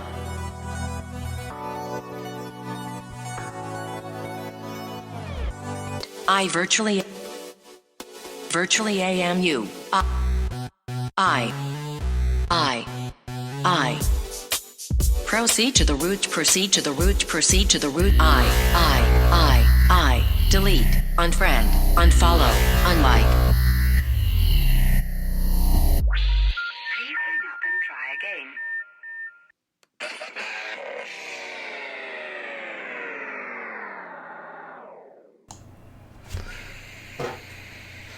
So once again, this is Samantha Tisdale Wright, and about this poem, she said, well, she lives and writes in San Juan Mountains of southwestern Colorado, and is a two-time finalist for the Mark Fisher Poetry Prize and winner of the Society of Professional Journalists Sigma Delta Chi Award. So this is read by the persona of a Siri-like narrator, and it's actually the pre-programmed voice of her Apple computer. Assault the Senses explores how artificial intelligence is mounting an assault on the senses, and it's on the brink of assimilating that which makes us most human. I recently performed this piece, she recently performed this piece, not me, at the 2019 Telluride Literary Burlesque. And yeah, I thought that was really cool. It occurred to me, though, as we were playing that I hope there's no copyrighted music there. I don't want a copyright strike on our channel. So maybe I have to put that in the notes. Do not include any copyrighted music. Although I don't really know what a copyright strike means. I just hear people talk about that. Okay, so... and once again, if you'd like to call in, we still have room to call in live on Skype. I know, who was I talking to? Cynthia Ann Cashman was trying to figure out how to do it. How you do it is get the Skype app on your phone or computer, search for Rattle Poetry, and we'll come right up. And then all you have to do is send me a chat message, and I will reply, accept your chat, and then when the time is right, I'll call you back. So that's all you have to do. Hopefully you can find us there. We have like 4 more poems to do today, so in the space of between now and then, maybe you can call in Cynthia or anybody else who's interested in calling in. It's all part of the fun. Okay, so next up, we have... Hang on, bear with me. Okay, so this is George Morales and his poem Remix. Here we go. It's a shorter one. This is the test of an empire. An entire nation can be reappropriated, revolutionized, and galvanized into becoming. been humming the same old tune in the back of our minds, waiting for a change, waiting for a sign. The towers crashed and we cashed in for the resource. We smoking hash and the time has come for reform, renew, review, revolutionize. All it takes is I to complete the we, the people, the black and the white, the left and the right. You want to see the real sight of some fright? Unite the spics and the chinks, the well-spoken and the ones barely holding onto a hope, onto a dream. No, this ain't no American scheme. This the one that MLK dreamt of in scenes. This is the truth, the moment you've chosen. There is no more room for hoping. The truth has been spoken. It can never go back. We can't retract our steps. What is what is, and what was what was. The blood of indigenous, the enslaved and the brave. A nation was built on free labor and chains. A paper was signed, and a law was amended. A constitution ratified, while we all just pretended that these rules were different. Rules that wouldn't end up in prison, end up in debt, end up in pain, end up in chain, end up ingrained. There's still time to change. The time will still be there. But beware, be careful. For this is the test of a nation. Now is the time for reappropriation.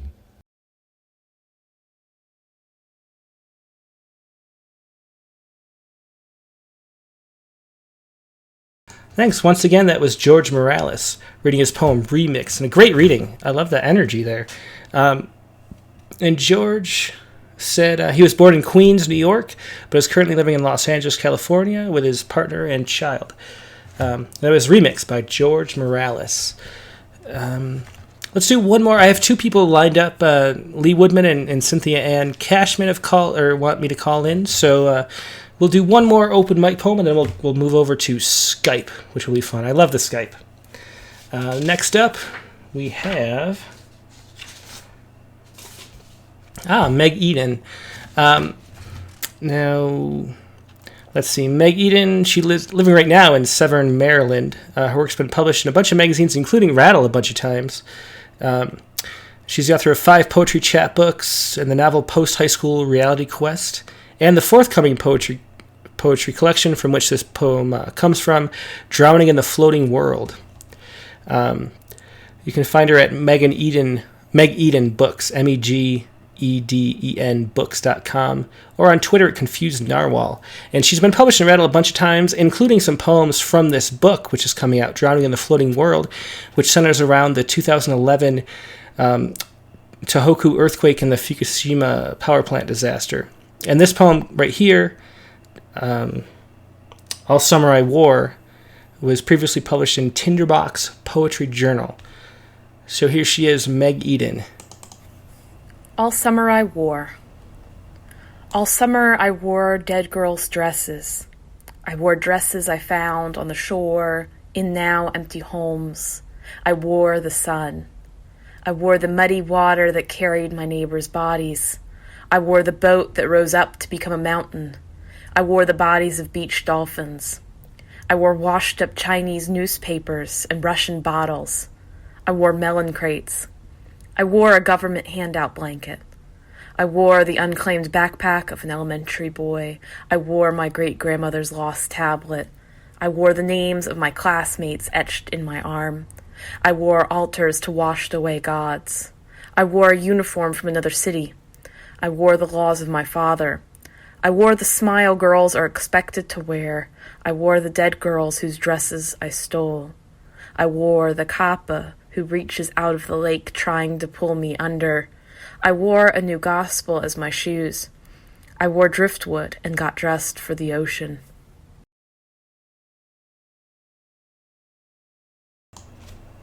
So that, once again, that was Meg Eden reading All Summer I Wore from her book, which is forthcoming, Drowning in the Floating World.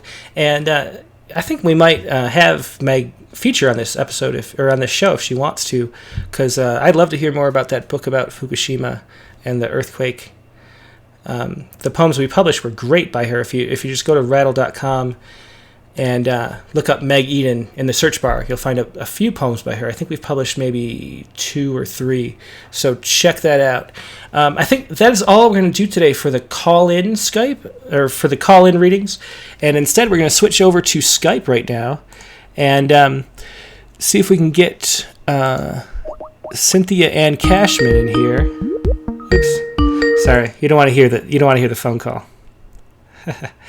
Hey Cynthia, it's Tim. You're live. I'm bringing you into the feed right now. Just turn off your window with the actual YouTube in it, and I will add you to the stream in just a moment. It always just takes a couple seconds to pull you in, so I have to babble and pretend that I'm filling up dead space here. And there you are. Okay, so your mic is on. You're on. So hello, Cynthia. Hi. Where are you calling from? Hi, Tim. I'm glad to be on. Yeah, thanks so much. I'm going to read a poem that was recently published in May of this year in Sparrow and Nightingale's Renaissance. Mm-hmm. Well, first, where are you calling from? It's always nice to know.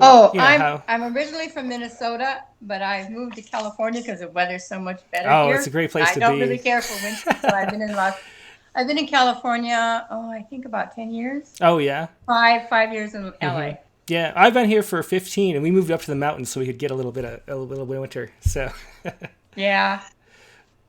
Okay, so what are you going to read for us? It's Beyond the Balcony Rosette. It's in 3 parts. The first one is Daybreak. It's Chardoma. Aurora peeps with her first blush. Moonbeams melt. Stars dissolve quietly to kiss light's face, now rosy risen. The second part, My Love Come Dance, is a couplet sonnet. My love, come dance with me in sweet delight tonight, carefree.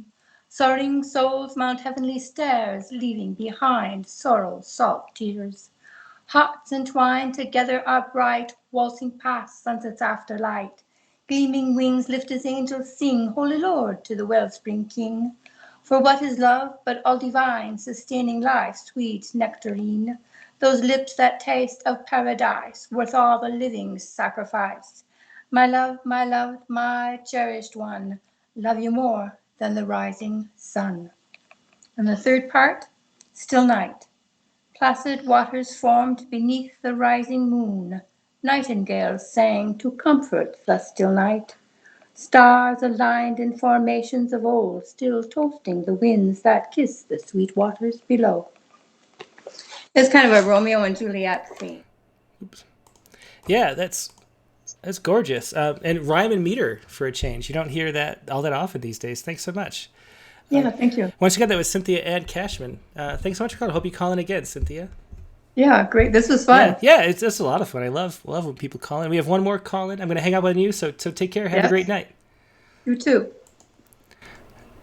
Okay, so now we are going to make another phone call and see if we can get Lee Woodman on the phone. Let's see. It just takes a second for Lee to answer. Hey Lee, turn off the, you're on Skype now, so turn off the window with YouTube, or else it won't really work, because there's a huge delay. Can you hear me, Lee?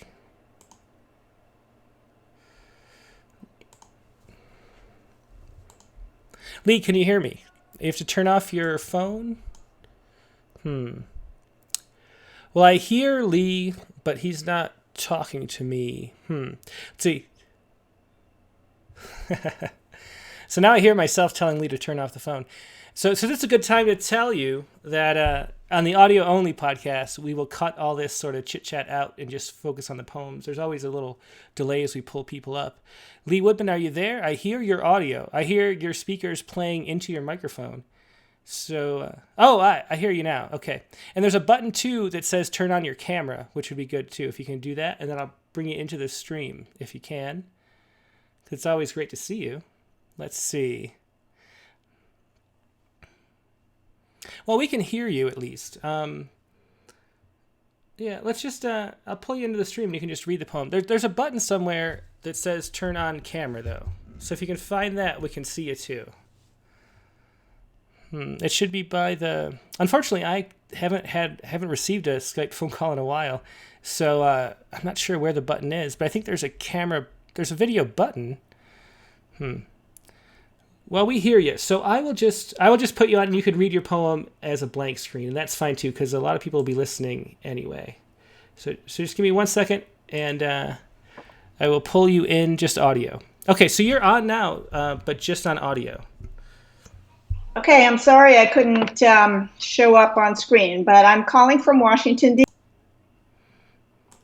Of age poem, and it might help to know that I am American, but I grew up in India and moved to New Hampshire for the first time as a teenager.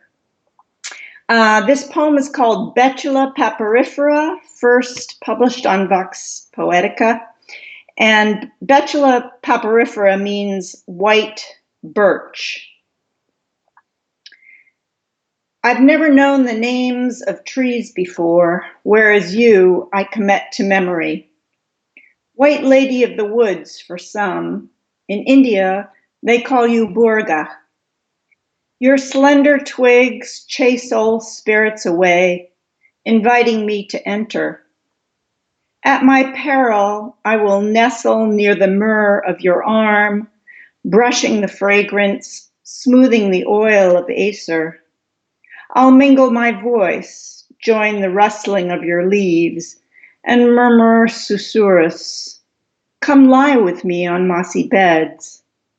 The breeze carries pollen, resins keep our blood hot, fallen needles beckon our embrace. You are my magic spell, the graceful tree I've learned to write on. Thank you.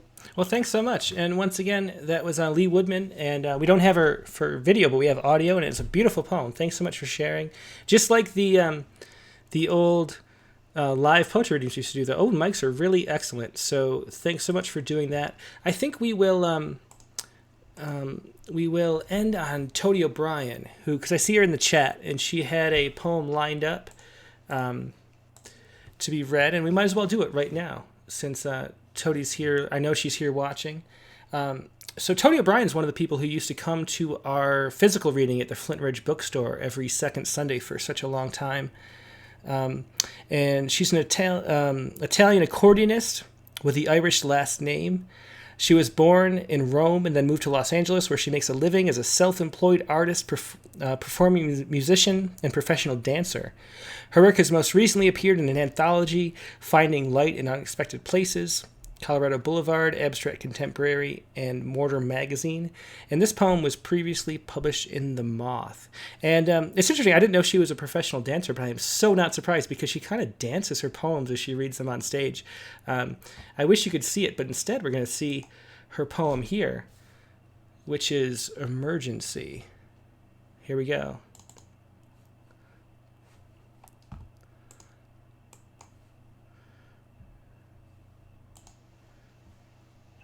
Hi, I'm Tody O'Brien, reading from Los Angeles. My poem, the one I chose for today, is called Emergency. It was published on The Moth, issue 37. And if love is love, is love, then love is the slice of frosted cake sitting on the silver spatula he is holding, steady wrist, reaching arm, the cute wedge he has cut for a line. The phone rings, he freezes.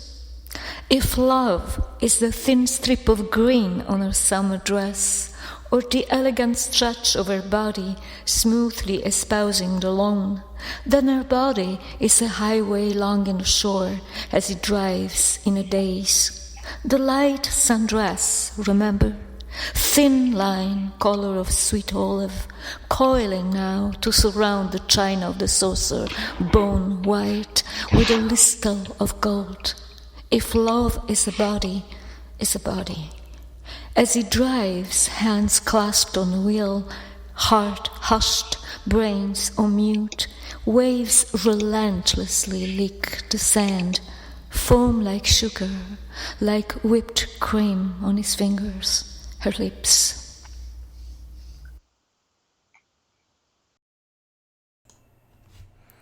Yeah, so that was Tody O'Brien reading her poem Emergency, the Los Angeles poet. I'm so glad to have poets from our old reading series coming and finding us online too, because I really miss everybody there. It was such a great reading series. Thanks so much for sending that in Toady.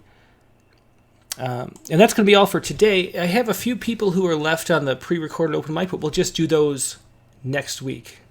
So we'll do Jonathan Humble and Sarah Simon first next week among the poets. Let's see. Well, I'm getting audio again. It's so strange you get audio from all over the place on these calls. Let me turn off. I think it's from Skype. I never hung up with Lee Woodman, so Lee, we were on the phone the whole time that time. Okay, so anyway, so that was the show for today. I really hope you enjoyed it. I had a great time. Hope you did too. I learned a lot, as always, from Richard Gilbert. Check out his book one more time. His book was Poetry as Consciousness. Haiku Forest, Space of Mind, and an Ethics of Freedom. And if you thought our discussion today was complicated, this book is really deep and complex and it's kind of thing, like you want to read those haiku over and over again and hopefully listen to, Richard's haiku that he read toward the end. I think I would recommend rewinding and playing them over and over again and thinking about them for a long time because they're all that kind of depth of poetry. And the book is kind of that way too. So that was Richard Gilbert's book. Thanks so much for him, and thanks to everybody who called in. We had 3 Skype open micers. We had, I think, 5 pre-recorded, so that was perfect. And next week, we will have Kim Dower plus an open mic. That's Tuesday, September 3rd at 9 p.m. Eastern. Her newest book from Red Hen Press, all her books come from Red Hen Press, is Sunbathing on Tyrone Power's Grave. If you don't know, Tyrone Power is an actor who was buried at the Hollywood Forever, I think it's called, Cemetery. And that is her book, and we'll talk about that, and we'll do a lot more. This one was a much different reading than normal. This was more of a discussion than most of our episodes are going to be. Most of these are going to be readings with an open mic, but sometimes it's worth talking about different things, and we'll try different formats and see what works and what people enjoy listening to. But thanks so much for tuning in. Please do click like and share this with your friends to let everybody know that we're doing this. I think it's a lot of fun. I'm going to enjoy doing this every Tuesday night, and I hope you join me too. And I will see you next week.